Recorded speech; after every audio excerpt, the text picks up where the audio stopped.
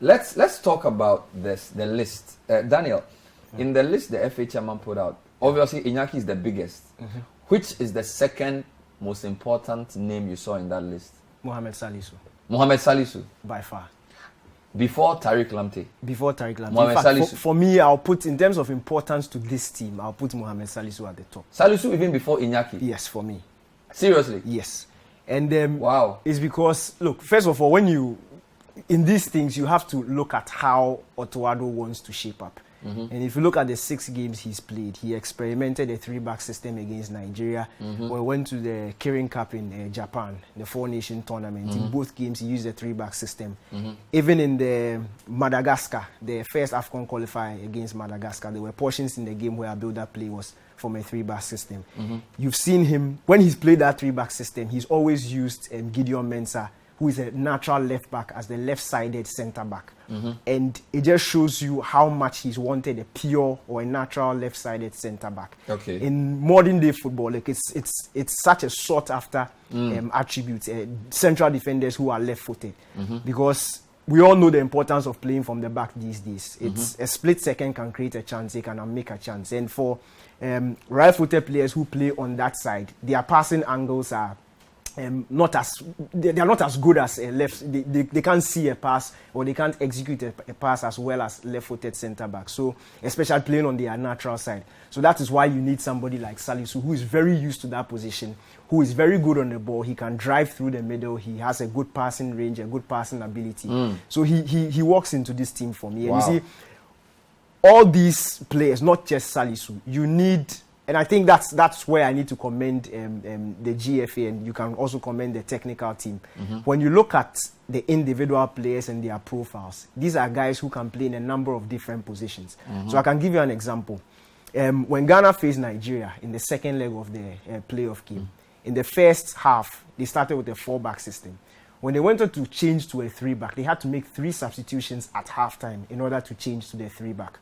And in a high-profile game, on any other day, you can't do that. Yeah, you can't do that. So the flexibility was not there. The flexibility wasn't there because of the lack of personnel who could who are, of course, multi-faceted. But let me give you an example. If Ghana is playing, let's say, Gideon Mensah, a back four of Gideon Mensah, Mohamed Salisu, Amate, and then Tariq Lamptey. They are playing Baba Idrisu and Partey as holding midfielders. And in the second half or in game, they want to switch to 3-back. They easily drop Baba Idrisu inside the middle. They take Amate to the right-hand side. Salisu makes the center the 3. So then you 3. push Tariq forward. Tariq forward to the right. You push Gideon to the left. To the left. Let's say you have your number 10 is Kudus. Kudus has played defensive midfield before for Ajax. He's played central midfield before for Ajax. You drop him. So with just one change. With just one you change, can achieve the formation that 3 changes exactly. needed. And that is the importance of having players who are naturally suited to a number of different positions. And we look at the profile of these guys. Salisu like this can play at times. In fact, when he was in Spain, there were times where he played as a left back. He can play as a left-sided centre back. So that is 2 positions. You've experimented with Gideon Mensah, and you can see that he can play both as a centre back and as a left back. You have Tariq Lamptey, who can be a wing back and a right full back, because we've seen natural wing backs who can't play in a back four. They are liabilities when they come into a back four. So when you have players like that, it really helps the coach. And you want to have that sort of headache when you are choosing your 26-man squad. A lot of players with quality, a lot of players who can do a number of things. We'll come back to this. So Daniel Cranton thinks that the addition of Salisu is possibly even more important than Iñaki. So in his ratings, Salisu is actually the most important addition. We'll talk to Rahman about that as well. We'll speak about Tariq Lamptey. And then a couple of interesting names I'm seeing. Patrick Fefa, Stefan Ambrosius, and Ransford Yeboah. Who are these people? All of these and more on the point of view. Tonight is about football. My guest, Daniel Cranton, Citi sports journalist, and Baba. I call him Baba Rahman, although we call him Rahman. What's your surname? Osman. Rahman Osman. We call him Baba Rahman. He's a London-based journalist, used to be with Citi. He's back for Salah. He's a big man. We'll be right back. But Rahman, let me just come to you quickly on the issue of Salisu. Danny thinks for him is actually the most important addition to this team, even higher than the Iñaki addition. Do you agree with him? Partly on that. I also don't think Iñaki's addition is the most important one, only because of age. I think he's 28. The ones that really excite me is somebody like Tariq, because he's really young. He's got a whole, he's got everything in front of him. Could have still held on his card on England and still pushed to play for England.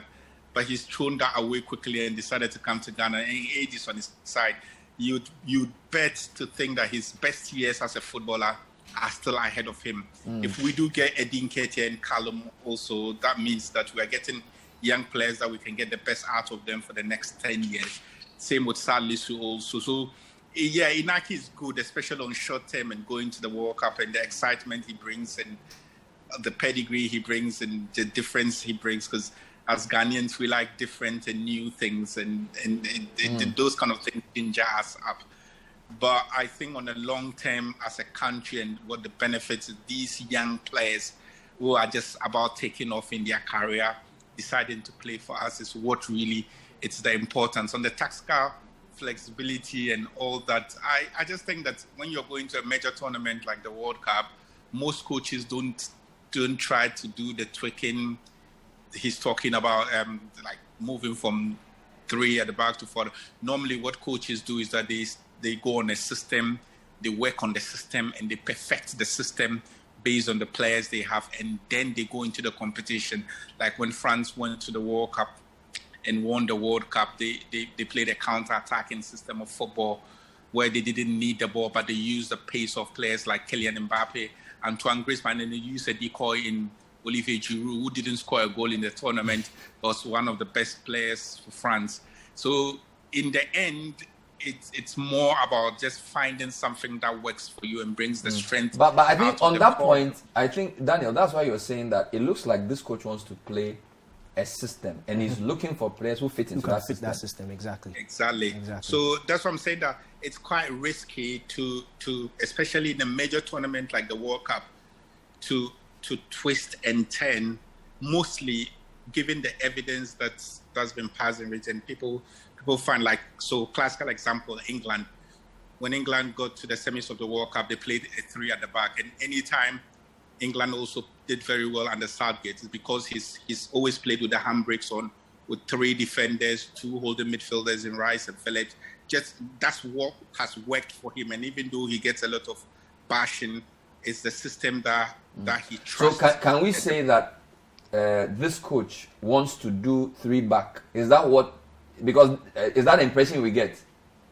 I think so, only because of the Nigerian game, and Ghanaian, like most journalists, are quick to point to the Nigerian game. But in earnest, I think that's a really, really poor example to use, because that game was a quite unique game. We didn't need to win that game. So it was quite straightforward. We put so many men behind the ball. And once we went back to Nigeria for the second leg and Thomas scored, we didn't even need to kick the ball. We just kept 5 people behind the ball. When you go to the World Cup, you don't have to put 5 people behind the ball. You need to score goals. You need to win games or you're out. So that's the test. And we need to start thinking about how to attack differently, to create opportunities for our attackers, to create goal-scoring chances. And in the last 5 games or 4 games under this new manager, I think we play best when we are defending. In the Kiri Cup, in fact, our best game, which was the one against Japan, the one won on penalties, we got a man sent off or 2 people sent off, and because we were defending, we started playing very well. So it's quite unique that people say, oh, in Nigeria, but in Nigeria, we didn't need to win the game. We just needed not to lose the game. And that psychology is different. Interesting. So I see, but you are saying that based on the players he's bringing in, you can tell he wants to do 3-5-2.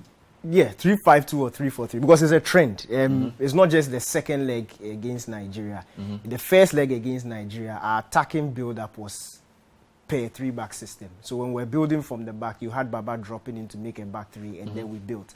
It happened in the second leg, second half against Nigeria.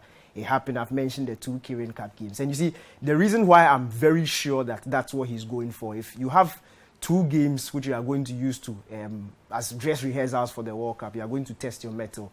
The systems you use there are probably the systems you are going to and you are planning on using. He used a back 3 in both games. It's not like he used back 3 and then back 4 in the other game. He used a back 3 in both games. And when he speaks about needing a left-sided centre back, the importance of that in that back three system, you can tell that that is what he wants to do. That's why the inclusion of Salisu was so important to him, because it looks like that is a system that he wants to use. And I don't fault him for that, because frankly speaking, in modern day football, the back three offers the best balance. You don't have to be the most attacking team to win matches. If you're able to defend very well, if you're able to be efficient in putting your chances away, you can get it. We saw Tuchel do that when he came to Chelsea. He sat from behind, he watched them. As soon as he walked in, his first game changes into a back three. And Chelsea had one of the best defensive records till the end of the season. In fact, up to now, if you look at his 1 year in charge, you look at Antonio Conte. You've heard Klopp complain about him. You've heard Pep complain about him, because that system is very difficult to break down. And at the same time, too, whilst it's very difficult to break down, it can easily catch you and put you under a lot of pressure. So you are pretty sure Otto Addo wants to play that system? Exactly, because of the trend that we've seen, and because of the sort of players that he's including his team, and the sort of players that he's speaking about needing.